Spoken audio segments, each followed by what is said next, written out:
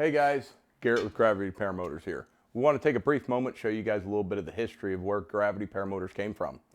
So most of you have only heard about Gravity Paramotors for the last 3, maybe 4 years, where we actually have over 8 years of history we want to go over and show you guys today.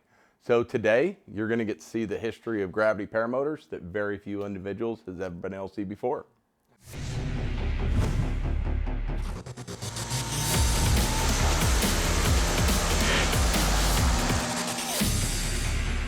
Well guys, it kind of all started with a couple military flyboys back in 2011, 2012. A couple of guys thought that they wanted to bring an American-made, economical paramotor to the market. It all started with an original plate design. So this guy right here was actually made in Sean Witt's basement while he was on active duty over in Kansas in between deployments to countries that shall remain nameless. He and another gentleman named Dan started building a CNC machine. And shortly thereafter, the CNC machine, rather than the paramotor itself, became the project. So you'll see this early design of Gravity Paramotors is all plate style design, bolt together with bolts and spacers. A simple yet crude design process with the beginning of our ACS and DFS arm systems with arm bearings and a capture bolt. So the initial flight system that was originally created for Gravity Paramotors evolved from this simple design. However, it literally became a project of the machining, of the engineering, rather than a project of the paramotor. Shortly thereafter, as it was a pet project, it became a complete focus of the CNC machine and how to make it run properly, rather than the paramotor project itself.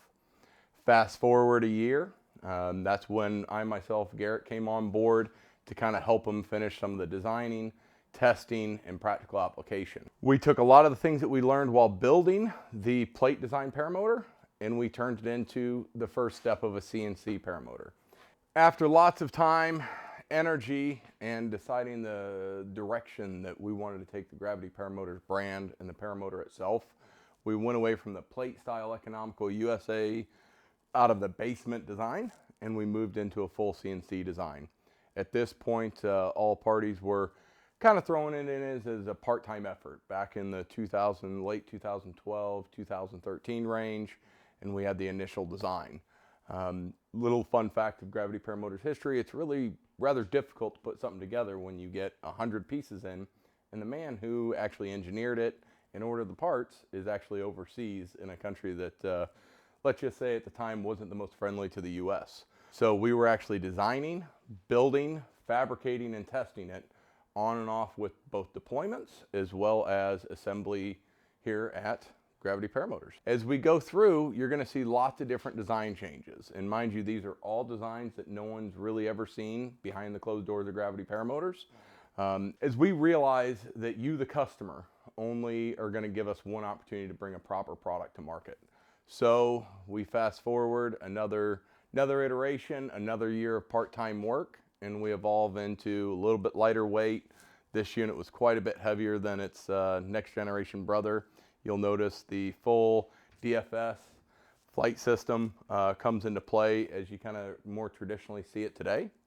So at this point, we refined our capture system for the arm pegs, the bearing, as well as the inner and outer pucks that have available for pucks 1 through pucks 4.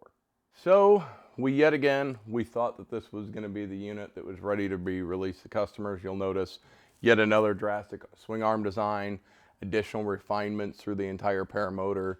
We started learning how to make beautiful fillets, radius round edges, as well as some additional safety features for the swing arms. Things like this is when we were adding in the safety lanyard to the swing arms and some additional features that accepted both a universal, originally designed Polini fuel tank, and then the early adaptation of our own custom fuel tank, which led into our experience with roto molding and what has led into our current project, the Defiant.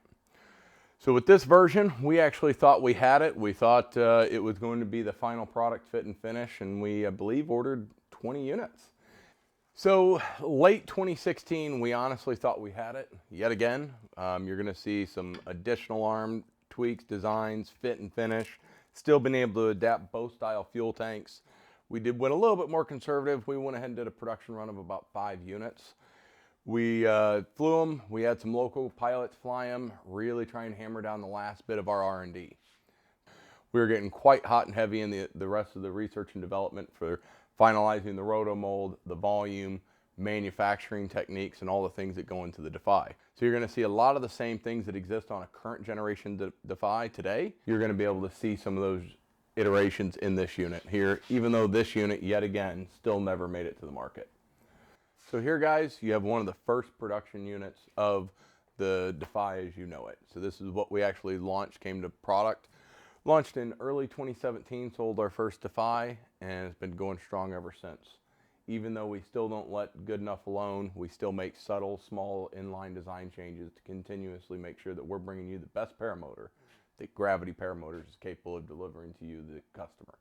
If you have questions or comments about the different generations, do let us know, because here in a moment, stick with us, we're going to talk about the evolution of the Defiant. Garrett with Gravity Paramotors coming back with you, talk about the Defiant. This has been both a massive learning lesson, a massive challenge, but it's definitely exciting. So we took what we learned from the roto molding of the Defy's fuel tank, and we tried 3 different suppliers, our mold with 3 different modifications to learn what makes an insert leak, what makes it not leak, what makes the tank swell, what makes it yellow, what materials to make it out of, heck, even how to preheat the certain sections of the mold to increase the thickness. So we took all this experience and we created what you see before you now. So here you actually see 5 generations of prototyping, manufacturing, molding to build what it takes to now build the Gravity Paramotors Defiant. So this one here is actually one of our earliest generations using fast run prototyping, aka 3D printing.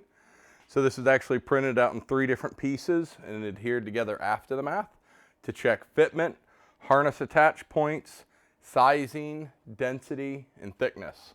This unit right here actually was test flown. So this is one of our later generations that as we are learning the volume and trying to hit our target 5-gallon capacity as well as keeping increased airflow around the pilot, we found that we were actually hitting over volume. So we were able to take advantage of this battery/tool storage. So along the way, we definitely learned a lot about how much plastic, where it needed to be thicker, thinner, to create a structural integrity needed to be a paramotor. Our initial runs before breaking in the mold needed to be upwards of 8-10 pound charge weight for tanks. This is one of the latest tanks just received that's down to a 6 pound charge weight. So what this tank allows us to do is obviously have great weight savings over the initial early pre-production runs. This is a very, very, very close to actual production that will be shipping to all the pre-order customers here very soon. Thank you for your time today. Appreciate you checking out our brand that we've worked so hard to build over the last 8 years. I'm Garrett with Gravity Paramotors, and I look forward to getting you in your next Defiant.